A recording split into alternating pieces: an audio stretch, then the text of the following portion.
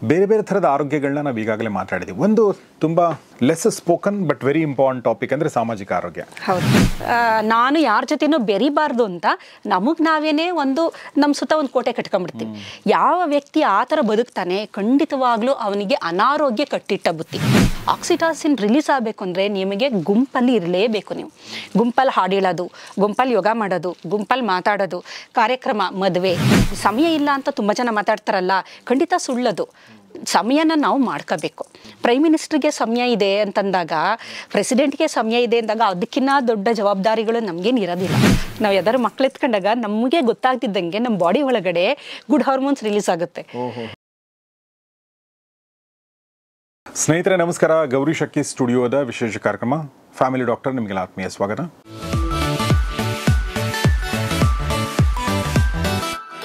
Family doctor ಕಾರ್ಯಕ್ರಮದಲ್ಲಿ ಇವತ್ತು ನಮ್ಮೊಂದಿಗಿದ್ದಾರೆ ಮೈಸೂರು ಯೂನಿವರ್ಸಿಟಿಯ ಡಿಪಾರ್ಟ್ಮೆಂಟ್ ಆಫ್ ಜೆನೆಟಿಕ್ಸ್ ಮತ್ತು ಜಿನೋಮಿಕ್ಸ್ನ ಚೇರ್ಪರ್ಸನ್ ಆಗಿರುವಂಥ ಡಾಕ್ಟರ್ ಮಾಲಿನಿ ಎಸ್ ಸುತ್ತೂರ್ ಅವರು. ಬನ್ನಿ, ಅವ್ರನ್ನ ಸ್ವಾಗತಿಸೋಣ. Madam, welcome to the show. ನಮಸ್ತೆ. ನಮಸ್ತೆ.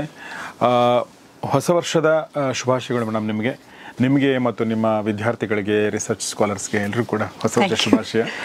ಮತ್ತು ಹೊಸ ವರ್ಷದ ಪುಟ್ಟ ಕೊಡುಗೆಯಾಗಿ ನಮಗೆ ಇಬ್ಬರು ಕೊಟ್ಟಿರುವಂಥ ಕೊಡುಗೆಗಳನ್ನ ನಾನು ಕೊಡ್ತಾ ಇದ್ದೀನಿ. ಇದು ಗಾಂಧಾರ ವಿದ್ಯೆ ಪರಿಣಿತರು, ಅವರು ಈ ಸಂಪಾ ಸರ್ ಪುಸ್ತಕಗಳನ್ನ ನಿಮಗೆ ಗಿಫ್ಟಾಗಿ ಕೊಡೋಕ್ಕೆ ಹೇಳಿದ್ದಾರೆ. ಸೊ ದಯವಿಟ್ಟು ಈ ಪುಸ್ತಕಗಳನ್ನ ಸ್ವೀಕರಿಸಿ. ಈ ಪುಟ್ಟ ಪುಸ್ತಕಗಳು. ಇದ್ರ ಜೊತೆಗೆ ಇದು ಭಗವದ್ಗೀತೆ. ಒಬ್ಬರು ಕೀರ್ತಿ ಅಂತ ನಮ್ಮ ಆಫೀಸಿಗೆ ಬಂದು ಒಂದು 20 ಭಗವದ್ಗೀತೆ ಪುಸ್ತಕಗಳನ್ನ ನಮಗೆ ಗಿಫ್ಟಾಗಿ ಕೊಟ್ಟು ಹೋಗಿದ್ದಾರೆ. ಆ ಗಿಫ್ಟ್ ಕೊಟ್ಟಿರೋದು ಯಾಕೆ ಅಂದರೆ ನಮ್ಮ ಅತಿಥಿಗಳಿಗೆ ಗಿಫ್ಟಾಗಿ ಕೊಡಿ ಅಂತ. ಅವರು ಯಾಕೆ ಕೊಟ್ಟರು ಅಂತಂದರೆ, ಅವರು ಎಕ್ಸಾಮಿನೇಷನ್ ಅಂದರೆ ಕಾಂಪಿಟೇಟಿವ್ ಎಕ್ಸಾಮಿನೇಷನ್ ಪ್ರಿಪೇರ್ ಆಗ್ತಿದ್ರಂತೆ. ಆ ಟೈಮಲ್ಲಿ ಮಹಾಭಾರತ ನೋಡಿದಾಗ ಅವ್ರಿಗೆ ಒಂದಷ್ಟು ಕ್ಲಾರಿಟಿ ಬಂತು ಮತ್ತು ಚೆನ್ನಾಗಿ ಓದೋಕ್ಕಾಯ್ತು ನನಗೆ. ಮತ್ತು ಎಕ್ಸಾಮ್ ಪಾಸ್ ಆಗಿದ್ದೀನಿ, ಹೀಗಾಗಿ ನಾನು ಇದನ್ನು ಕೊಡ್ತಾ ಇದ್ದೀನಿ ಅಂತ ಹೇಳಿ ಕೊಟ್ಟಿದ್ದಾರೆ. ಸೊ ಹೀಗಾಗಿ ಗೌರಿ ಶಕ್ಕಿ ಸ್ಟುಡಿಯೋದ ಎಲ್ಲ ಸ್ನೇಹಿತರ ಪರವಾಗಿ, ಕೀರ್ತಿಯವರ ಪರವಾಗಿ ಈ ಒಂದು ಭಗವದ್ಗೀತೆ ನಿಮಗೆ. ಥ್ಯಾಂಕ್ ಯು ಸರ್, ತುಂಬ ಒಳ್ಳೆ ಕೊಡುಗೆ ಕೊಡ್ತಾ ಇದ್ದೀರಾ ಹೊಸ ವರ್ಷಕ್ಕೆ. Thank you. ಬೇರೆ ಬೇರೆ ಥರದ ಆರೋಗ್ಯಗಳನ್ನ ನಾವು ಈಗಾಗಲೇ ಮಾತಾಡಿದ್ದೀವಿ. ಒಂದು ತುಂಬ less spoken but very important topic ಅಂದರೆ ಸಾಮಾಜಿಕ ಆರೋಗ್ಯ. ಹೌದು, ನಮ್ಮ ಹಂಗೆ ನೋಡಿದರೆ ಸಾಮಾಜಿಕ ಆರೋಗ್ಯ ಏನು ಅಂತ ನಮ್ಗೆ ಗೊತ್ತಿಲ್ಲದೆ ಇದ್ದರೂ ಕೂಡ ನಮ್ಮ ಮನೆಗಳಲ್ಲಿ ಅದನ್ನು ಹೇಳುವಂಥ ಪ್ರಯತ್ನ ಮಾಡ್ತಾರೆ. ಅಂದರೆ ಅದು ನಮ್ಗೆ ಗೊತ್ತಿದೆ ಆ್ಯಕ್ಚುಲಿ, ಬಟ್ ಅದನ್ನು ಡಿಫೈನ್ ಮಾಡೋಕ್ಕೆ ಬರಲ್ಲ ನಮಗೆ. ಮತ್ತು ಕೆಲವೊಂದು ಸಲ ಅದು ಅನಾರೋಗ್ಯ ಅಂತ ಹೇಳೋಕ್ಕಾಗಲ್ಲ. ಸೊ ಆ ಥರ ಸೂಕ್ಷ್ಮವಾಗಿ ನಮ್ಮ ಒಳಗಡೆ ಇಂಟಿಗ್ರೇಟ್ ಆಗಿದೆ ಅದು. ಸೊ ಅದನ್ನು ಒಂದು ಸ್ಪಷ್ಟವಾಗಿ ಅದಕ್ಕೆ ಒಂದು ರೂಪ ಕೊಡೋಕ್ಕೆ ನಾನು ನಿಮಗೆ ಕೇಳ್ಕೊಳ್ತೀನಿ. ಏನು ಸಾಮಾಜಿಕ ಆರೋಗ್ಯ ಅಂದರೆ, ಸಾಮಾಜಿಕ ಅನಾರೋಗ್ಯ ಅಂದರೆ ಏನು ಅನ್ನೋದ್ರ ಬಗ್ಗೆ ಮಾತಾಡೋಣ. ವಿಶ್ವ ಆರೋಗ್ಯ ಸಂಸ್ಥೆಯ ಪ್ರಕಾರ ಯಾವುದೇ ಒಬ್ಬ ವ್ಯಕ್ತಿ ಅವನು ಪರಿಪೂರ್ಣ ಆರೋಗ್ಯವನ್ನು ಹೊಂದಿರ್ತಾನೆ ಅಂದರೆ ಹೋಲಿಸ್ಟಿಕ್ ಹೆಲ್ತ್ ಅಂತ ಹೇಳ್ತೀವಲ್ಲ, ಅದು ಇರಬೇಕು ಅಂತಂದರೆ ಅವನಿಗೆ ದೈಹಿಕ ಆರೋಗ್ಯ, ಮಾನಸಿಕ ಆರೋಗ್ಯ, ಸಾಮಾಜಿಕ ಆರೋಗ್ಯ, ಲೈಂಗಿಕ ಆರೋಗ್ಯ ಮತ್ತು ಆಧ್ಯಾತ್ಮಿಕ ಆರೋಗ್ಯ ಹೊಸ ಸೇರ್ಪಡೆ. ಅದು ಇಷ್ಟು ಇದ್ದಾಗ ಮಾತ್ರ ಆ ವ್ಯಕ್ತಿ ಆರೋಗ್ಯವಂತ ಅಂತ ವಿಶ್ವ ಆರೋಗ್ಯ ಸಂಸ್ಥೆ ಹೇಳುತ್ತೆ. ಹಾಗಾಗಿ ಸಾಮಾಜಿಕ ಆರೋಗ್ಯ ಅನ್ನೋದು ಇದರಲ್ಲಿ ಒಂದು ಇಂಪಾರ್ಟೆಂಟ್ ಕಾಂಪೊನೆಂಟ್ ಅದು ಇದೆ. ಆದರೆ ನೀವು ಹೇಳಿದ ಹಾಗೆ ಅದನ್ನು ಒಂಥರ ನೆಗ್ಲೆಕ್ಟೆಡ್, ಅದು ಅಷ್ಟೊಂದು ನಾವು ಅದ್ರ ಬಗ್ಗೆ ಯೋಚನೆ ಮಾಡಲ್ಲ. ಹೌದಾ, ಸಾಮಾಜಿಕ ಆರೋಗ್ಯನೂ ಇಂಪಾರ್ಟೆಂಟಾ ಅಂತ ನಾವು ಯೋಚನೆ ಮಾಡಲ್ಲ, ಆದರೆ ಅದು ತುಂಬ ಮುಖ್ಯ ಆಗುತ್ತೆ. ಕಾರಣ ಏನಂತಂದರೆ, ಇತ್ತೀಚೆಗೆ ಈ ಒಂದು ಜಗತ್ತು ಏನಿದೆ, ನಾವು ಜೀವಿಸ್ತಿರುವಂತಹ ಈ ಒಂದು ಜಗತ್ತಿನಲ್ಲಿ ಸಾಮಾಜಿಕ ಆರೋಗ್ಯ ಅನ್ನೋದು ತುಂಬಾ ಮುಖ್ಯ. ನಿಮಗೆ ಗೊತ್ತಾಗಿರೋ ಹಾಗೆ ಈಗ ನೋಡಿ, ಆಟೋ ಇಮ್ಯೂನ್ ಡಿಸಾರ್ಡರ್ಸು ತುಂಬ ಜಾಸ್ತಿ ಆಗ್ತಾಯಿದೆ. ರುಮ್ಯಾಟಿಡ್ ಆರ್ಥ್ರೈಟಿಸ್ ಆಗ್ಬೋದು, ಸೋರಿಯಾಸಿಸ್ ಆಗ್ಬೋದು, ಬೇರೆ ಬೇರೆ ಥರದ ಆಟೋ ಇಮ್ಯೂನ್ ಕಂಡೀಷನ್ಗಳು ಬರ್ತಾಯಿದೆ. ಅಲೋಪೇಶಿಯಾ, ಕೂದಲೆಲ್ಲ ಹೊರಟೋಗುತ್ತೆ, ಆ ಥರದ್ದೆಲ್ಲ ಕಂಡೀಷನ್ ಇದೆಯಲ್ಲ, ಅದು ಜಾಸ್ತಿ ಆಗ್ತಾಯಿದೆ ಮೊದಲಿಗಿನ.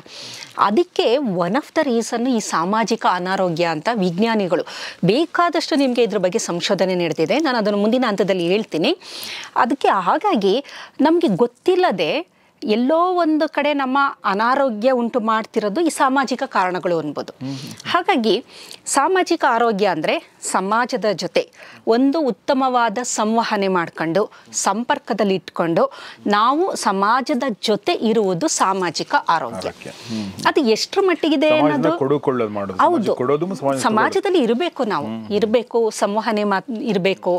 ನಾವು ಎಲ್ಲ ಕಾರ್ಯಕ್ರಮದಲ್ಲೂ ಒಟ್ಟಲ್ಲಿ integrated part of the society ಆದಾಗ ಮಾತ್ರ ನಮಗೆ ಸಾಮಾಜಿಕ ಆರೋಗ್ಯ ದೊರಕುತ್ತೆ.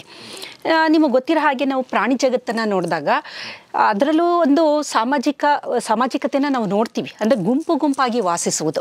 ಮನುಷ್ಯ ಹೇಗೆ ಒಂದು ಸಂಘಜೀವಿ, ಅದೇ ಥರ ಪ್ರಾಣಿಗಳಲ್ಲೂ ಸಂಘಜೀವಿ. ಪ್ರೈಮೇಟ್ಸ್ ಎಲ್ಲ ನಾವು ನೋಡ್ತೀವಲ್ಲ, ಈ ಮಾನವನ ವಿಕಾಸದ ಹಂತದಲ್ಲಿ ನೋಡಿದಾಗ ಬಹಳಷ್ಟು ಪ್ರಾಣಿಗಳಲ್ಲಿ ನಾವು ಈ ಒಂದು ಒಟ್ಟಾಗಿ ಗುಂಪಲ್ಲಿ ಇರೋ ಅಂಥದ್ದನ್ನು ನೋಡ್ತೀವಿ. ಆನೆಗಳದ ಹಿಂಡಾಗಿರ್ಬೋದು, ಸಿಂಹಗಳು ಒಟ್ಟಾಗಿ ವಾಸ ಮಾಡುತ್ತೆ. ಅದೇ ಥರ ಈ ನರಿಗಳು, ತೋಳಗಳು, ಮಂಗಗಳು, ಇದೆಲ್ಲ ಏನು ಅಂತಂದರೆ ಪ್ರಾಣಿಗಳು, ಡಾಲ್ಫಿನ್ಗಳು ಹೀಗೆ ಗುಂಪಾಗಿ ಇರೋದ್ರಿಂದ ಅದು ವಿಕಾಸದ ಹಂತದಲ್ಲೇ ಬಂದಿದೆ. ಕಾರಣ ಏನಂದರೆ, ನೀನು ಗುಂಪಲ್ಲಿದ್ದಾಗ ನಿನಗೆ ಸೆಕ್ಯೂರ್ಡ್ ಫೀಲಿಂಗ್ ಇರುತ್ತೆ, ನಿನಗೆ ಒಂದು ಭದ್ರತೆ ಇರುತ್ತೆ ನಿನಗೆ. ಆಮೇಲೆ ನೀನು ಏನೇ ಒಂದಾದರೂ ಇನ್ನೊಬ್ಬರ ಜೊತೆ ಇಂಟ್ರ್ಯಾಕ್ಟ್ ಮಾಡ್ಬೋದು, ಹೇಳ್ಕೊಳ್ಬೋದು. ಹಾಗಾಗಿ ಈ ಸಾಮಾಜಿಕತೆ ಅನ್ನೋದು ಬಹಳ ಮುಖ್ಯ ಅಂತ ನಾವು ಹೇಳ್ಬೋದು. ಪ್ರಾಣಿಗಳಲ್ಲಿ ಇದನ್ನು ನಾವು ನೋಡ್ತೀವಿ. ಈ ಮಂಗಗಳಲ್ಲಿ ಅದೊಂದು ಗುಂಪನ್ನ ನೀವು ನೋಡೋದಾದರೆ ಅಲ್ಲಿಂದನೇ ನಮಗೆ ಈ ಒಂದು ಸಾಮಾಜಿಕ ಒಂದು ಕೊಡುವಿಕೆ ಅಂತ ಏನಂತೀವಿ, ಅದು ವಿಕಾಸದ ಹಂತದಲ್ಲಿ ನಾವು ಚಿಂಪ್ಯಾನ್ಸಿಯಿಂದ ಬಂದವ್ರೆ.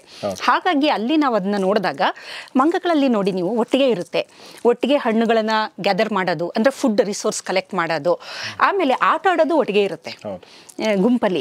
ಅದೇ ಥರ ನೀವು ಇನ್ನೊಂದು ಭಾಳ ಮುಖ್ಯವಾದ ಒಂದು ಅವ್ರ ಕ್ರಿಯೆ ಏನು ಅಂತಂದರೆ, ಈ ಹೇನುಗಳು ಹಿಡಿಯುತ್ತೆ ನೋಡಿ, ಆ ಫರಲ್ಲಿರೋಂಥದ್ದು ಟಿಕ್ಸ್ಗಳು. ಇದು ನೀವು ಅಬ್ಸರ್ವ್ ಮಾಡಿರ್ಬೋದು. ಹಿಂದಿನ ಕಾಲದಲ್ಲಿ ಏನು ಮಾಡ್ತಾಯಿದ್ರು ಅಂದರೆ, ಅಜ್ಜಿ ಮೊಮ್ಮಕ್ಕಳಿಗೆ, ತಾಯಿ ಮಕ್ಕಳುಗಳಿಗೆ ತಲೆ ಬಾಚೋದು, ಇದು ಅದರದ್ದು ಒಂದು ಕ್ರಿಯೆನೇ, ಅದು ಕಂಟಿನ್ಯೂಷನ್, ಅದು ಸೈಂಟಿಫಿಕ್ ಆಗಿ. ತಲೆ ಎಣ್ಣೆ ಹಚ್ಚಿ ತಲೆ ಬಾಚೋದು, ಮಸಾಜ್ ಮಾಡೋದು, ಜಡೆ ಹಾಕೋದು. ಆಮೇಲೆ ನೀವು ಕೆಲವು ಮನೆಗಳಲ್ಲಿ ಸಣ್ಣ ಮಗುಗೆ ಜಡೆ ಒಬ್ಬರು ಹಾಕ್ತಿರ್ತಾರೆ, ಅವ್ರಿಗೆ ಅವ್ರ ತಾಯಿ ಅಜ್ಜಿ, ಈ ಥರದ್ದೆಲ್ಲ ನಾವು ನೋಡಿದ್ದೀವಿ. ಒಟ್ಟೊಟ್ಟಿಗೆ ಗುಂಪಾಗಿ ಸೇರ್ಕೊಂಡು ಏನು ಹಿಡಿಯೋದು ಒಂದು. ಯಾಕೆಂದ್ರೆ ಅವಾಗ ಎಲ್ಲರಿಗೂ ಕೂದಲು ಉದ್ದ ಇರೋದು, ಮತ್ತು ಚೆನ್ನಾಗಿ ಹರಳೆಣ್ಣೆ ಎಲ್ಲ ಹಾಕಿರೋದು. ಈಗ ಯಾಕೆ ಯಾರಿಗೂ ಹೆಡ್ಲೈಸ್ ಇಲ್ಲ ಅಂತಂದರೆ, ಎಲ್ಲ ಕೂದಲು ಬಿಟ್ಬಿಟ್ಟಿರ್ತೀವಲ್ಲ, ಸೊ ಅವಕ್ಕೆ ಶೆಲ್ಟ್ರ್ ಇಲ್ಲ, ಅವು ವಾಸ ಮಾಡೋಕ್ಕಾಗಲ್ಲ. ನೀವು ಜಡೆ ಹಾಕಿದಾಗ ಅದರೊಳಗಡೆ ಅವು ಇರುತ್ತೆ. ಆಮೇಲೆ ಎಣ್ಣೆ ಹಚ್ತೀವಲ್ಲ, ಅದು ಒಂಥರ ಒಂದು ಆ ಮೊಟ್ಟೆ ಇಡೋದಕ್ಕೆ, ಮರಿ ಮಾಡೋದಕ್ಕೆ ಎಲ್ಲ. ಹಾಗಾಗಿ ಹೆಡ್ಲೈಸ್ ಈಗ ಇಲ್ವೇ ಇಲ್ಲ ಅಂತ ಅನ್ಬೋದು, ತುಂಬ ಕಮ್ಮಿ. ಇದು ಒನ್ ಆಫ್ ದ ಇದು. ಅದೇ ಥರ ಹೆಡ್ ಮಸಾಜ್ ಮಾಡೋದು, ಕುತ್ಕೊಂಡು ಹೆಡ್ ಮಸಾಜು, ಆಮೇಲೆ ಎಣ್ಣೆ ಹಚ್ಚಿ ಇದು ಮಾಡೋದು, ಇವೆಲ್ಲ ಏನು ಅಂತಂದರೆ ಒಂದು ಟಚ್ ಇದೆಯಲ್ಲ, ಆ ಸ್ಪರ್ಶದಲ್ಲೇ ಒಂದು ಕಮ್ಯುನಿಕೇಷನ್. ಅದು ಒಂದು ಫೆರೋಮೋನ್ಸ್ ಅಂತ ನಾವು ಪ್ರಾಣಿಗಳಲ್ಲಿ ಹೇಳ್ತೀವಿ. ಫೆರೋಮೋನ್ಸ್ ಅಂದರೆ ನಾವು ಪರ್ಫ್ಯೂಮ್ಗಳು ಹಾಕಂತೀವಲ್ಲ, ಈಗ ನೀವು ಡಿಯೋಡ್ರೆಂಟ್ ಎಲ್ಲ ಅಡ್ವರ್ಟೈಸ್ ಕೊಡ್ತಾರಲ್ಲ, ಅದು ಏನಕ್ಕೆ ಅಂದರೆ ಅದು ಫೆರೋಮೋನು. ಅದು ಇದರಲ್ಲಿ ಕೀಟಗಳಲ್ಲೂ ಅಷ್ಟೇ, ಅದೊಂದು ಸ್ಮೆಲ್, ಈ ಥರದ್ದು ಒಂದು ಸೆಂಟ್ ಬಿಡುಗಡೆ ಮಾಡುತ್ತೆ. ಆಗ ಫೀಮೇಲ್ ಎಲ್ಲಿದೆ ಅಂತ ಮೇಲೂ ಗೊತ್ತಾಗುತ್ತೆ, ಅದನ್ನು ಹುಡುಕೊಂಡು ಹೋಗುತ್ತದು. ಅದೇ ಥರ ಪ್ರಾಣಿಗಳಲ್ಲೂ ಅಷ್ಟೇ, ಒಂಥರ ಒಂದು ರೀತಿಯ ಒಂದು ಸುಗಂಧನ ಬಿಡುಗಡೆ ಮಾಡುತ್ತೆ. ಆ ಬಿಡುಗಡೆ ಮಾಡಿದಾಗ ಫೀಮೇಲ್ ಎಲ್ಲಿದೆ ಅಂತ ಮೇಲೂ ಗೊತ್ತಾಗುತ್ತೆ, ಮೇಲೆಲ್ಲಿದ್ದು ಸಾಮಾನ್ಯವಾಗಿ ಮೇಲೆ ಫೀಮೇಲ್ನ ಹುಡ್ಕೊಂಬರೋದು. ಹಾಗಾಗಿ ಇದೆಲ್ಲ ಏನು ಅಂತಂದರೆ, ಒಂದು ಸಾಮಾಜಿಕತೆ ಅಂತಂದಾಗ ನಾವು ಇದೆಲ್ಲ ಕ್ರಿಯೆಗಳು ಬಹಳ ಮುಖ್ಯ. ಇದು ಪ್ರಾಣಿಗಳಲ್ಲಿ ನಾವು ನೋಡ್ತೀವಿ, ಮನುಷ್ಯರಲ್ಲೂ ಸಹ ನಾವು ನೋಡ್ತೀವಿ. ಹಿಂದಿನ ಕಾಲದಲ್ಲಿ ಈ ಥರದ್ದೆಲ್ಲ ಬಹಳ ಒಟ್ಟಾಗಿ ರಂಗೋಲಿ ಬಿಡಿಸೋದು, ಒಟ್ಟಾಗಿ ಅಡುಗೆ ಮಾಡೋದು, ಈ ಒಟ್ಟೊಟ್ಟಿಗೆ ಅಂದರೆ ಒಂದು ಗುಂಪಿನಲ್ಲಿ ಜನರು ಬೆರೆತು ಮಾತಾಡೋದು, ಮತ್ತು ಒಂದು ಸಂತೋಷ ಹಂಚ್ಕೊಳ್ಳೋದು, ಜಗಳನೂ ಆಡೋದು, ಎಲ್ಲ ಥರನೂ ಇತ್ತು. ಎಲ್ಲ ಥರನೂ ಇತ್ತು. ಸ್ವಲ್ಪ ಹೊತ್ತು ಜಗಳನೂ ಆಡೋರು, ಆಮೇಲೆ ಸರಿನೂ ಆಗೋರು. ಅಂದರೆ ಅದು ಮನುಷ್ಯನ ಸಹಜ ಗುಣ. ಅದು ಮಾತಾಡೋದು, ಡಿಫ್ರೆನ್ಸ್ ಆಫ್ ಒಪಿನಿಯನ್ ಬರುತ್ತೆ, ಜಗಳ ಎಲ್ಲದೂ ಅದು ಸಹಜ. ಗಾಸಿಪಿಂಗ್ ಮಾಡೋದು, ಆ ಗಾಸಿಪ್ ಮಾಡಿದಾಗ ಎಷ್ಟೋ ಸ್ಟ್ರೆಸ್ ಈಚೆ ಬರುತ್ತೆ ತುಂಬ ಜನಕ್ಕೆ. ಹಾಗೆ ಕೆಲವುದನ್ನು ಇಟ್ಕೊಳಕ್ಕಾಗಲ್ಲ, ಏಕೆಂದರೆ ಹೊಟ್ಟೆ ಒಳಗಡೆ ಇರೋ ಬೆಂಕಿ ಥರ ಅದು. ಆ ನ್ಯೂಸ್ ಈಚೆ ಬಂದಾಗಲೇ ಅದು ತಣ್ಣಗಾಗೋದು. ಹಾಗಾಗಿ ಇದೆಲ್ಲ ಒಂದು ಸಾಮಾಜಿಕ ಕ್ರಿಯೆಗಳು ಅಂತ ನಾವು ಹೇಳ್ಬೋದು. ಇದನ್ನು ನಾವು ಬಾಲ್ಯದಿಂದ ನೋಡ್ಕೊಂಡು ಬಂದಾಗ, ಮನುಷ್ಯ ಹೇಗೆ ಒಬ್ಬ ಸಂಘಜೀವಿ ಅಂತ ನಾವು ನೋಡಿದಾಗ, ಮಗು ಹೊಟ್ಟೆ ಒಳಗಡೆ ಇರುತ್ತಲ್ಲ, 7ನೇ ತಿಂಗಳಿಂದನೇ ಅದು ಕಮ್ಯುನಿಕೇಟ್ ಮಾಡೋಕ್ಕೆ ಪ್ರಾರಂಭ ಮಾಡುತ್ತದು. ಅದು ಮಾಡುತ್ತೆ. ಆ ಮಗು ತಾಯಿಗೆ ಗೊತ್ತಾಗುತ್ತದು, ಅದು ಮಗು ಟರ್ನ್ ಆಗ್ತಿರುತ್ತೆ ಮಧ್ಯ. ಆಮೇಲೆ ಕೆಲವು ಸಲ ನೀವು ನೋಡಿರ್ಬೋದು, ತಂದೆ ಅದನ್ನು ಏನೋ ಮಾತಾಡ್ಸೋಕೆ ಬಂದಾಗಲೂ ಒಂದು ರೆಸ್ಪಾಂಡ್ ಮಾಡುತ್ತದು. 7th ಮಂತಲ್ಲಿ ಅದಕ್ಕೆ ಹೊರಗಡೆ ವಾಯ್ಸು ಕೇಳುತ್ತೆ. ಹಾಗಾಗಿ ಹೊರಗಡೆದು ಅಂದರೆ ತುಂಬ ಕ್ಲಾರಿಟಿ ಅಂತ ಅನ್ನಲ್ಲ, ವಾಯ್ಸ್ಗಳು ಕೇಳುತ್ತೆ. ಆ ಥರ ಎಕ್ಸಾಕ್ಟ್ಲಿ. ಈಗ ಸ್ವಿಮ್ಮಿಂಗ್ ಪೂಲ್ ಒಳಗಡೆ ನೀವು ಹೋದಾಗ ಹೊರಗಡೆ ಆ ಥರ ಒಂದು ಡಿಸ್ಟರ್ಬೆನ್ಸ್ ಇರುತ್ತೆ, ಬಟ್ ಕೇಳೋಕ್ಕೆ ಶುರು ಮಾಡುತ್ತೆ. ನಂತರ ಏನಾಗುತ್ತೆ, ಮಗು ಜನನ ಆದಾಗ ಅದು ತಾಯಿನ ರೆಕಗ್ನೈಸ್ ಮಾಡುತ್ತೆ. ಅದಕ್ಕೆ ಒಂದು ಆಪ್ತರು ತಾಯಿ. ಈಗ ನೋಡಿ, ಮಗುನ ನೀವು ಒಂದು ಕಡೆ ಮಲಗಿಸ್ಬಿಟ್ಟು ಆ ರೂಮ್ನ ಸೈಲೆಂಟ್ ಮಾಡಿಬಿಡಿ, ತಕ್ಷಣ ಗೊತ್ತಾಗೋಗುತ್ತೆ ಅದಕ್ಕೆ ನನ್ನ ಜೊತೆ ಯಾರೂ ಇಲ್ಲ ಅಂತೇಳಿ, ನಾನು ಒಂಟಿ, ನನ್ನ ಜೊತೆ ಯಾರೂ ಇಲ್ಲ ಅಂತ ಮಗು ಕಿರ್ಚಕ್ಕೆ ಶುರು ಮಾಡುತ್ತೆ. ಆವಾಗ ತಾಯಿ ಬಂದು ನಾನು ಇದ್ದೀನಿ ಅಂತ ಅಂದಾಗ ಅದು ಸುಮ್ಮನಾಗುತ್ತೆ. ಅದಕ್ಕೆ ನೀವೇನು ಮಾಡಬೇಕು, ಮಗುನೇನಾರು ಬೈ ಚಾನ್ಸ್ ಏನೋ ಕೆಲಸ ಇದೆ ಅಂತ ಬಿಟ್ಟಾಗ ಒಂದು ಸೌಂಡ್ಗಳು, ಏನೋ ಒಂದು ಹಾಡಾಕೋದು ಮತ್ತೊಂದು ಮಾಡಿದಾಗ ಆ ಸೌಂಡ್ ಇದೇನಾಗುತ್ತೆ ಅದಕ್ಕೆ ನನ್ನ ಜೊತೆ ಯಾರೋ ಇದ್ದಾರೆ, ನಾನು ಸೆಕ್ಯೂರ್ಡ್, ನನಗೆ ಭದ್ರತೆ ಇದೆ. ಮನುಷ್ಯನಿಗೆ ನೋಡಿ ಅಲ್ಲಿಂದನೇ ಭದ್ರತೆಯ ಒಂದು ಕೊರತೆ ಆಗ್ಲಿಂದನೇ ಶುರು ಆಗುತ್ತೆ. ಇನ್ಸೆಕ್ಯೂರ್ ಫೀಲಿಂಗ್ ಇದೆಯಲ್ಲ, ನಾವು ಎಲ್ಲ ಈಗ ಯೋಚನೆ ಮಾಡ್ತೀವಿ ಐ ಆಮ್ ಇನ್ಸೆಕ್ಯೂರ್ಡ್, ನನಗದಿಲ್ಲ ಅಂತ, ಅದು ಆಗಲ್ಲ, ಹುಟ್ಟಿನಿಂದನೇ ಶುರು ಆಗುತ್ತದು. ಆವಾಗ ಏನಾಗುತ್ತೆ, ತಾಯಿ ಬರ್ತಾಳೆ, ಬಂದು ಒಂದು ಲಾಲಿ ಹಾಡು, ಮೊದಲೆಲ್ಲ ಜೋಗಳ ಅಂತ ಹೇಳ್ತಿದ್ರಲ್ಲ, ಆ ಜೋಗಳ ಒಂದು ಲಲಬೆ ಇರುತ್ತೆ, ಒಂದು ಅದಕ್ಕೆ ಲಯ ಇರುತ್ತೆ, ಆಮೇಲೆ ಅದು ಸೂಚಕ, ಓ ತಾಯಿ ಇದ್ದಾಳೆ ನನ್ನ ಜೊತೆ ಯಾರೋ ಇದ್ದಾರೆ ಅಂತ ಒಂದು ಸೆಕ್ಯೂರ್ಡ್ ಫೀಲಿಂಗಲ್ಲಿ ನೆಮ್ಮದಿಯಾಗಿ ನಿದ್ದೆ ಮಾಡುತ್ತೆ. ಮತ್ತು ಆ ಹಾಡು ಹೇಳಕ್ಕೆ ಶುರು ಮಾಡಿದ ತಕ್ಷಣ ಒಂದು ಸಿಗ್ನಲ್ ಅಷ್ಟೇ, ಒಂದು ಟೈಮ್ ಆಯಿತು ನಾನು ಮಲ್ಕೋಬೇಕು ಅಂತ, ಇಲ್ಲಿಂದ ಆರಂಭ ಆಗುತ್ತೆ ಅದು ಇನ್ನೊಬ್ಬರ ಒಡನಾಟ. ಸ್ವಲ್ಪ ದಿನ ಆದಮೇಲೆ ತಂದೆನ ಗುರ್ಸಕ್ಕೆ ಶುರು ಮಾಡುತ್ತೆ, ಅಲ್ಲಿವರೆಗೂ ತಾಯಿ ಮಾತ್ರ. ತಂದೆಗೆ ಬೇಜಾರು, ಅಯ್ಯೋ ನನ್ನ ಮಗು ನನ್ನ ಕಡೆ ನೋಡ್ತಾನೆ ಇಲ್ಲ, ಎತ್ಕೊಂಡ್ರೆ ಅಲ್ಲ ಸಾಮಾನ್ಯ ಆಗಿರುತ್ತೆ ಎಲ್ಲರಿಗೂ, ಎತ್ಕೊಂಡಿದ ತಕ್ಷಣ ಅಳಕ್ಕೆ ಶುರು ಮಾಡುತ್ತೆ. ಗ್ರ್ಯಾಚುಯಲ್ ಆಗಿ ತಂದೆ ತಾಯಿ ಸುತ್ತಮುತ್ತ ಇರೋರನ್ನೆಲ್ಲ ಗುರ್ಸಕ್ಕೆ ಶುರು ಮಾಡುತ್ತೆ, ಮನೆಯವರೆಲ್ಲ, ಅಂದರೆ ಅದು ಸಂಘ ಜೀವಿಯಾಗಿ ಮಾರ್ಪಾಡಾಗ್ತಾ ಇದೆ ಅಂತ. ನಂತರ ನೆಂಟರುಗಳು ಮನೆಗೆ ಬಂದು ಫ್ರೀಕ್ವೆಂಟ್ ಆಗಿ ಹೋಗೋದು ಬರೋದು, ಅವರೆಲ್ಲ ಎತ್ಕೊಂಡಾಗ ಮಗು ಚೆನ್ನಾಗಿರುತ್ತೆ. ನಮಗೆ ಮಗು ತುಂಬ ಕ್ಯೂಟ್ ಆಗಿದೆ ಕೊಡಿ ಅಂತ ನಾವು ಎತ್ಕೊಂಡಿದ ತಕ್ಷಣ ಮುಖ ನೋಡುತ್ತೆ. ನೀವು ನೋಡಿ ಆ ಎಕ್ಸ್ಪ್ರೆಷನ್ ಹೆಂಗಿರುತ್ತೆ ಅಂದರೆ, ಒಂದೆರಡು ನಿಮಿಷ ನೋಡಿ ಮುಖ ಹಿಂಗೆ ಕಿವುಚ್ಕೊಂಡು ಅಳಕ್ಕೆ ಶುರು ಮಾಡಿಬಿಡುತ್ತೆ. ಅಂದರೆ ಅದು ಗೊತ್ತಾಗುತ್ತೆ, ಇದು ಯಾರೋ ಬೇರೆಯವರು, ನನ್ನವರಲ್ಲ ಅನ್ನೋದು ಅದು ಐಡೆಂಟಿಫೈ ಮಾಡೋಕ್ಕೆ ಶುರು ಮಾಡುತ್ತೆ. ಬೇಸಿಕಲಿ ಅಮ್ಮ ಅಲ್ಲ. ಆಮೇಲೆ ತುಂಬ ಫೆಮಿಲಿಯರ್ ಇದ್ರೆ ಓಕೆ, ಅನ್ನೋನ್ ಪರ್ಸನ್ ಹೊರಗಡೆ ಅವ್ರ ನೆಂಟರು ಬರ್ತಾರೆ ನೋಡಿ, ಮಗು ತುಂಬ ಚೆನ್ನಾಗಿದೆ, ಚಬಿ ಖುಷಿ ಆಗುತ್ತಲ್ಲ, ಸಣ್ಣ ಮಕ್ಳು ಎತ್ಕೊಳ್ಳೋಕೆ ತುಂಬ ಖುಷಿ ಅನ್ಸುತ್ತೆ. ಅದು ಒಂಥರ ಹಾರ್ಮೋನ್ ರಿಲೀಸ್ ಮಾಡುತ್ತೆ ನಮಗೆ, ಡೋಪಮೈನು. ಅದಕ್ಕೋಸ್ಕರ ನಾವು ಯಾವ್ದಾದ್ರು ಮಕ್ಳು ಎತ್ಕೊಂಡಾಗ ನಮಗೆ ಗೊತ್ತಾಗ್ತಿದ್ದಂಗೆ ನಮ್ಮ ಬಾಡಿ ಒಳಗಡೆ ಗುಡ್ ಹಾರ್ಮೋನ್ಸ್ ರಿಲೀಸ್ ಆಗುತ್ತೆ. ಹಾಗಾಗಿ ನಾವು ಎತ್ಕೊಳಕ್ ಹೋಗ್ತೀವಿ ನೋಡಿ, ಅದು ಕ್ಯೂಟ್ ಆಗಿರುತ್ತೆ, ಚಬಿ ಇರುತ್ತೆ, ಒಂಥರ ಚಂದ. ಮಕ್ಕಳು ತುಂಬ ಎಳೆ ಮಕ್ಳು ಇರುತ್ತಲ್ಲ, ತಕ್ಷಣ ಅದು ಗೊತ್ತಾಗುತ್ತೆ. ಅಲ್ಲಿಂದ ನಮ್ಮದು ಕ್ರಿಯೆ ಆರಂಭ ಆಗುತ್ತೆ. ಅಲ್ಲಿವರೆಗೂ ಅದು ಜೊತೆಯಲ್ಲಿ ಬೆಳೆಯುತ್ತೆ. ಆಮೇಲೆ ನಂತರ ಬಾಲ್ಯದಲ್ಲಿ ಸಣ್ಣ ಮಕ್ಳುಗಳು ನೀವು ಆಟ ಆಡೋದನ್ನ ನೋಡಬೇಕು. ನಿಜವಾಗ್ಲೂ ಸ್ಟ್ರೆಸ್ ಬಸ್ಟರ್ ಅಂತಂದರೆ ಮಕ್ಳುಗಳು. ನೀವು ಮಕ್ಳ ಜೊತೆ ಸುಮ್ಮನೆ ಒಂದು ಸ್ವಲ್ಪ ಹೊತ್ತು ಆಟಾಡಿ ನಿಮ್ಗೆ ಎಷ್ಟು ರಿಲೀಫ್ ಸಿಕ್ಕುತ್ತೆ ಅಂತಂದರೆ, ಮಕ್ಳುಗಳು, ಪೆಟ್ಸ್ಗಳು, ದೊಡ್ಡವರಲ್ಲ ಸಣ್ಣ ಮಕ್ಕಳಾಗಬೇಕು, ಎಷ್ಟು ನಿಮಗೆ ರಿಲೀಫ್ ಆಗುತ್ತೆ ಅಂದರೆ ಸುಮ್ಮನೆ ಅಬ್ಸರ್ವ್ ಮಾಡ್ಬೇಕು ಅವ್ರನ್ನ ನೀವು. ತುಂಬ ಚೆನ್ನಾಗಿರುತ್ತದೆ, ಆಟ ಆಡ್ತಿರ್ತಾರೆ. ಆಮೇಲೆ ಅವ್ರದ್ದು ಕಮ್ಯುನಿಕೇಶನು, ಅವ್ರು ಹೆಂಗ್ ಮಾಡ್ತಾರೆ ಅದೆಲ್ಲ ನೋಡ್ತಾ ಇದ್ರೆ ಅದ್ಭುತ. ಅದು ನಿಜವಾಗ್ಲೂ ನನ್ನ ಮಗ ಒಬ್ಬನೇ ಆಟ ಆಡ್ತಾ ಇದ್ದ, ನಾನು ಅಬ್ಸರ್ವ್ ಮಾಡಿದ್ದೆ ಬಹಳ ಸಲ. ಬಹಳಷ್ಟು ಮಕ್ಕಳು ಆಡ್ತಾವ ಅನ್ಸುತ್ತೆ, ಅವರೇ ಏನೋ ಮಾತಾಡ್ಕೋತಾರೆ, ಅವರೇ ಏನೋ ಕ್ರಿಯೇಟ್ ಮಾಡ್ಕೋತಾರೆ, ಆ ಥರದ್ದೆಲ್ಲ ಮಾಡ್ಕೋತಾರೆ. ಯಾರು ಇಲ್ಲ ಅಂತಂದ್ರೆ, ಅಂದ್ರೆ ಇದ್ರು ಓಕೆ, ಇಲ್ಲೇ ಇದ್ರು ಆಟ ಆಡ್ತಾವು ಇದ್ರೆ ತುಂಬಾ ಒಳ್ಳೇದು. ಅಲ್ಲಿಂದನೇ ಶುರು ಆಗೋದು ನಮ್ದು. ನಿಮ್ಗೆ ಮಗು ಮುಂದಿನ ದಿನದಲ್ಲಿ ಅದರ ಮಾನಸಿಕ ಸ್ಥೈರ್ಯ ಇದೆಲ್ಲ ತುಂಬಾ ಚೆನ್ನಾಗಬೇಕು ಅಂದ್ರೆ ಅದು ಮಕ್ಳ ಜೊತೆ ಇರಬೇಕು. ಇತ್ತೀಚೆಗೆ ನಮ್ಮ ಮಕ್ಕಳು ಯಾಕೆ ಒಂದು ಮೆಂಟಲಿ ಅವ್ರಿಗೆ ಅಷ್ಟು ಸ್ಟ್ರೆಂತ್ ಇಲ್ಲ, ಒಂದು ಇದಿಲ್ಲ ಅನ್ನೋದಕ್ಕೆ ಕಾರಣ ಆ ಲೋನ್ಲಿನೆಸ್. ಒಬ್ಬೊಬ್ಬರೇ ಬೆಳೀತಾರಲ್ವಾ, ತುಂಬಾ ಮಕ್ಕಳಿದ್ದಾಗ ತುಂಬಾ ಚೆನ್ನಾಗಿ ಆಟ ಆಡೋಕೆ ಶುರು ಮಾಡ್ತಾರೆ. ಈ ಪುಟ್ಟ ಮಕ್ಕಳು ಅಲ್ಲಿ ಅವರು ಸಂವಹನ ಕಲೆ ಕಲಿತಾರೆ, ಭಾಷಾ ಕೌಶಲ್ಯ ಕಲಿತಾರೆ, ಆಮೇಲೆ ಬೌದ್ಧಿಕತೆ. ಅದಕ್ಕೆ ಮಕ್ಕಳಿಗೆ ನೀವು 7-8 ವರ್ಷ 10 ವರ್ಷದವರೆಗೂ ಚೆನ್ನಾಗಿ ಆಟ ಆಡೋಕೆ ಬಿಟ್ಬಿಡ್ಬೇಕು ಎಲ್ಲರ ಜೊತೆ. ಅದು ಪ್ರಾಣಿ ಆಗ್ಬೋದು, ಪಕ್ಕದ ಮನೆ ಮಕ್ಕಳಾಗ್ಬೋದು, ಅಥವಾ ಯಾರ ಜೊತೆ. ಅವಾಗ ಏನಾಗುತ್ತೆ ಅಂದರೆ ಮೆಂಟಲಿ ನ್ಯೂರಾನಲ್ ಡೆವಲಪ್ಮೆಂಟು, ನ್ಯೂರೋಪ್ಲಾಸ್ಟಿಸಿಟಿ ತುಂಬ ಚೆನ್ನಾಗಾಗ್ತಾ ಇರುತ್ತೆ. ಅಂಥ ಮಕ್ಕಳುಗಳು ಭಾಳ ಅದ್ಭುತವಾಗಿ ಅವು ಮುಂದಿನ ದಿನದಲ್ಲಿ ಎಲ್ಲ ಕೆಲಸನೂ, ಅಂದರೆ ಅವ್ರಿಗೆ they know how to tackle, ಎಲ್ಲದೂ ಗೊತ್ತಾಗುತ್ತೆ ಅವ್ರಿಗೆ ಯಾವ ಥರ ಮಾಡಬೇಕು ಅಂತ. ಮಕ್ಕಳು ಮುಂದಿನ ದಿನದಲ್ಲಿ ಅವನು ಮಾನಸಿಕವಾಗಿ ತುಂಬ ಸ್ಟ್ರೆಂತ್ ಆಗಬೇಕು ಅಂತಂದರೆ, ಮತ್ತು ಭೌತಿಕವಾಗ್ಲೂ ಅಷ್ಟೇ, ದೈಹಿಕವಾಗಿ ಮಾನಸಿಕವಾಗಿ ಎಲ್ಲ ಥರ ಸ್ಟ್ರೆಂತ್ ಅದಕ್ಕೆ ಬರಬೇಕು ಅಂತಂದರೆ ಸಣ್ಣ ಮಕ್ಕಳು ಅವನು ಸಂಘಜೀವಿ, ನಾನು ಹೇಳಿದೆ, ಜೊತೆಲಿರಬೇಕು. ನಂತರ ಏನಾಗುತ್ತೆ, ಹದಿಹರಿಯ ಅಂದಾಗ ಗೊತ್ತಾಗುತ್ತೆ ನಿಮಗೆ, ಮನೆಗೆ ಹೋಗಲ್ಲ ಮಕ್ಕಳು, ಯಾವಾಗಲೂ ಫ್ರೆಂಡ್ಸು, ತುಂಬ ಚೆನ್ನಾಗಿರುತ್ತೆ. ಆ ಹಂತದಲ್ಲಿ ಮನುಷ್ಯ ಯಾವ ಥರ ಅಂದರೆ, ಮಾನಸಿಕ ಆರೋಗ್ಯ ಸಿಕ್ಕಿರೋದೆ ಬಾಲ್ಯದಲ್ಲಿ, ಹದಿಹರೆಯ ಒಂದು ಯೌವನದಲ್ಲೂ ಇರುತ್ತೆ.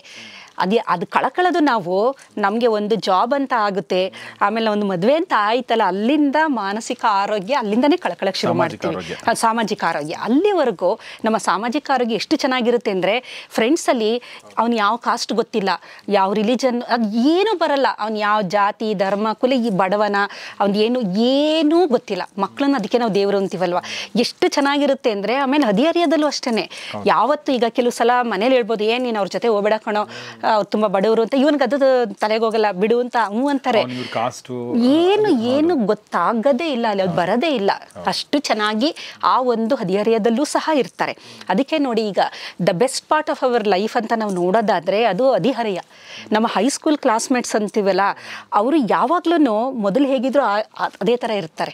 ನಂತರ ನಿಮಗೆ ಕೊನೆಯಲ್ಲಿ ಸಿಗ್ತಾರಲ್ಲ, ಅವರು they are not true friends. ಇಲ್ಲ, ಇದ್ರೂ ಇರ್ಬೋದು, ಇಲ್ದೇನೂ ಇರ್ಬೋದು, ಕಡಿಮೆ. ಆದರೆ ನಿಜವಾದ ಸ್ನೇಹ ಅಂತ ನಾವು ನೋಡೋದು ಹದಿಹರೆಯದಲ್ಲಿ. ನೀವು ಈಜು ಕಲಿಯೋದು, ಮರಕೋತಿ ಆಟ ಆಡೋದು, ಅಥವಾ ಏನೇ ಆ ಥರದ್ದು ಏನೇ ಇದ್ರೂ ಆ ಸ್ನೇಹಿತರು ಇರ್ತಾರಲ್ಲ, ಅವ್ರಿಗೆ ನಿಮ್ಮ ಬಗ್ಗೆ ಯಾವುದೇ ರೀತಿಯ ಒಂದು ಅಸೂಯೆ ಆಗಲಿ ಮತ್ತೊಂದು ಏನೂ ಇರೋದಿಲ್ಲ. ಅದೆಲ್ಲ ಗ್ರ್ಯಾಜುವಲ್ ಆಗಿ ಇನ್ಕ್ಯುಬೇಟ್ ಆಗ್ತಾ ಬರೋದು ನಾವು ದೊಡ್ಡವರಾಗ್ತಾ ಬಂದಂಗೆ. ನಂತರದ ಹಂತದಲ್ಲಿ ನಾವು ದೊಡ್ಡವರಾಗ್ತೀವಿ, ಅಲ್ಲಿಂದ ಶುರು ಆಗುತ್ತೆ. ಅಲ್ಲಿವರೆಗೂ ಸಾಮಾಜಿಕ ಆರೋಗ್ಯ ಅದ್ಭುತವಾಗಿರುತ್ತೆ. ನಮಗೆ ಗೊತ್ತೇ ಆಗಲ್ಲ ಜಾತಿ, ಧರ್ಮ, ಅಂತಸ್ತು ಏನು ನಮ್ಮ ತಲೆಯಲ್ಲಿ ಯಾವ ಮಗುಗೂ ಇರೋದಿಲ್ಲ. ನಂತರ ಗೊತ್ತಾಗ್ತಾ ಬರುತ್ತೆ. ಆವಾಗ ನೀನು ಈ ಜಾತಿಗೆ ಸೇರಿದವನು, ನೀನು ಈ ಧರ್ಮಕ್ಕೆ ಸೇರಿದವನು, ಅಥವಾ ನೀನು ತುಂಬ ದೊಡ್ಡವನು, ನೀನು ಅವ್ರ ಜೊತೆ ಸೇರಬಾರ್ದು. ಈ ಥರ ಸಾಮಾಜಿಕವಾಗಿ ಜನಗಳು ಪಾಪ ಅವನಿಗೆ ಇಷ್ಟ ಇರುತ್ತೆ. ಆದರೆ ಮನೆಯವರು ಸಹ ಕೆಲವು ಸಲ ನೋಡಿ, ನೀನು ದೊಡ್ಡ ಆಫೀಸರ್ ಆಗಿ ಅವ್ರ ಜೊತೆ ನೀನು ಹಂಗೆ ಮಾತಾಡ್ತೀಯಲ್ಲ ಅಂದಾಗ ಅವ್ನು ಹೇಳ್ತಾನೆ, ಅವನು ನನ್ನ ಕ್ಲಾಸ್ಮೇಟ್ ಅಪ್ಪ ಅಂತ. ಕ್ಲಾಸ್ಮೇಟ್ ಆದ್ರೇನಂತೆ, ನಿನಗೊಂದು ಮರ್ಯಾದೆ ಇರೋದಿಲ್ವಾ ಅಂತ ಅವನಿಗೇನೂ ಇರೋದಿಲ್ಲ. ಬಟ್ ಕೆಲವು ಸಲ he is force to do the things. ಆ ಥರನೂ ಆಗೋಂಥ ಸಾಧ್ಯತೆಯೂ ಇರುತ್ತೆ. ಕೆಲವೊಮ್ಮೆ ಏನಾಗುತ್ತೆ ಅಂದರೆ, ನಾವು ಸಾಮಾಜಿಕ ಆರೋಗ್ಯ ಕಾಪಾಡ್ಕೋಬೇಕಾದ್ರೆ ನೋಡಿ, ಮೊದಲು ನಮಗೆ ನಮ್ಮ ಬೇಸು ತುಂಬ ದೊಡ್ಡದಾಗಿರುತ್ತೆ. ಇದು ಒಂದು ಪಿರಮಿಡ್ ಥರ. ನೀವು ಎತ್ತರಕ್ಕೆ ಹೋದಂತೆ ಅದು ಪಿರಮಿಡ್ ತುದಿಗೆ ಹೋಗ್ಬಿಡ್ತೀರ. ನೀವು ಅಧಿಕಾರದ ತುದಿಗೆ ಹೋದಾಗ ನಿಮಗೆ ನಿಲ್ಲಕ್ಕೆ ಜಾಗ ಇಲ್ಲ. ಬಿದ್ದರೆ ನೀವು ಕೆಳಗಡೆನೆ ಬೀಳೋದು. ಹಾಗಾಗಿ ಸಾಮಾಜಿಕ ಆರೋಗ್ಯ ನಮಗೆ ಗೊತ್ತಾಗೋದಿಲ್ಲ. ಅದನ್ನು ಆ ಹಂತದಲ್ಲಿ ನಾವು ಕಳ್ಕೊಳ್ಳೋಕೆ ಶುರು ಮಾಡ್ತೀವಿ. ಕಾರಣ ಏನಂತಂದರೆ ಅಧಿಕಾರ. ನಾನು ದೊಡ್ಡ ಅಧಿಕಾರಿ, ನಾನು ಯಾರ ಜೊತೆನೂ ಬೆರಿಬಾರ್ದು ಅಂತ ನಮಗೆ ನಾವೇನೇ ಒಂದು ನಮ್ಮ ಸುತ್ತ ಒಂದು ಕೋಟೆ ಕಟ್ಕೊಂಡ್ಬಿಡ್ತೀವಿ. ಯಾವ ವ್ಯಕ್ತಿ ಆ ಥರ ಬದುಕ್ತಾನೆ, ಖಂಡಿತವಾಗ್ಲೂ ಅವನಿಗೆ ಅನಾರೋಗ್ಯ ಕಟ್ಟಿಟ್ಟ ಬುತ್ತಿ. ಇದನ್ನ ಬೇಕಾದ್ರೆ ನಾನು ಬರೆದುಕೊಡ್ತೀನಿ.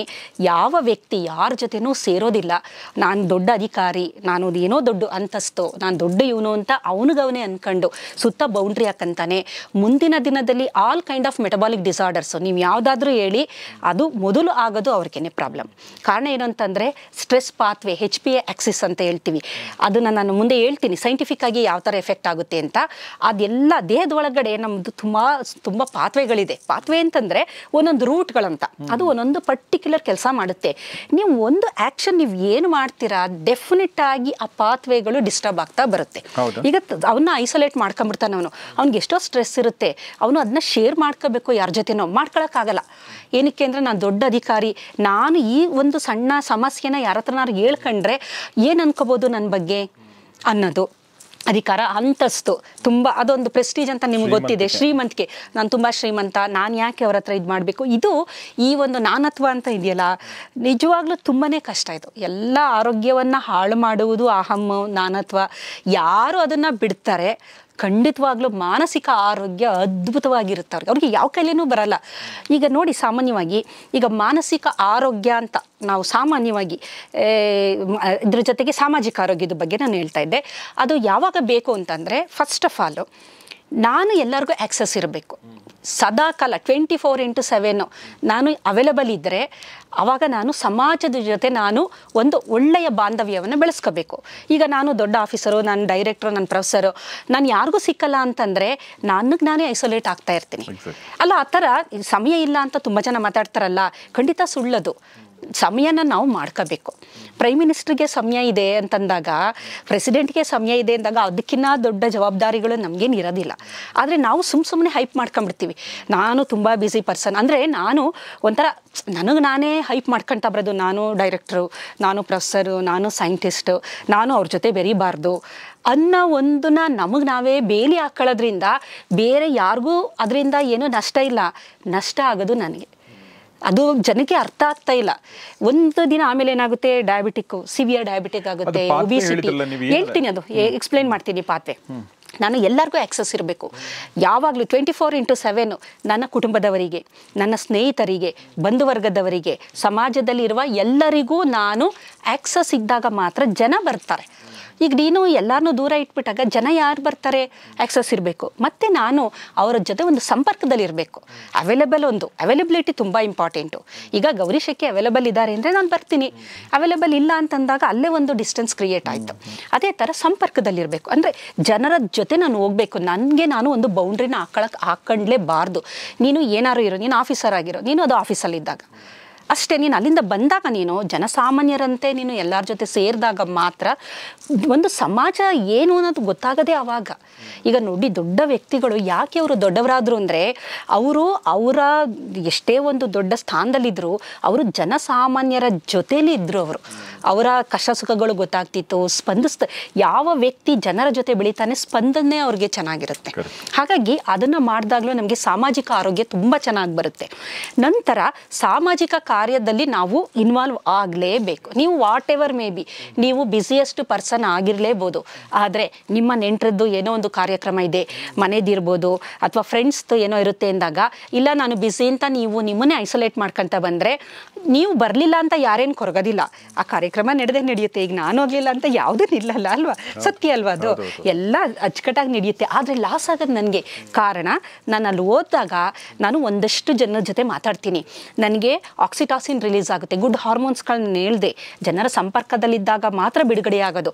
ಆಕ್ಸಿಟಾಸಿನ್ ರಿಲೀಸ್ ಆಗಬೇಕು ಅಂದರೆ ನಿಮಗೆ ಗುಂಪಲ್ಲಿ ಇರಲೇಬೇಕು. ನೀವು ಗುಂಪಲ್ಲಿ ಹಾಡು ಹೇಳೋದು, ಗುಂಪಲ್ಲಿ ಯೋಗ ಮಾಡೋದು, ಗುಂಪಲ್ಲಿ ಮಾತಾಡೋದು, ಕಾರ್ಯಕ್ರಮ, ಮದುವೆ ಅಥವಾ ಏನಾದರೂ ಸೀಮಂತ ಆಗ್ಬೋದು, ಆರ್ತಕ್ಷತೆ ಆಗ್ಬೋದು, ಏನಾದರೂ ವಾಟ್ ಎವರ್ ಮೇ ಬಿ, ಅಥವಾ ಹಬ್ಬ ಹರಿದಿನ, ನೀವು ಗುಂಪಲ್ಲಿದ್ದಾಗ ನಿಮಗೆ ಗೊತ್ತಿಲ್ಲದಂತೆ ನಿಮ್ಮ ಆಕ್ಸಿಟಾಸಿನ್, ಇಟ್ಸ್ ಅ ಲವ್ ಹಾರ್ಮೋನ್.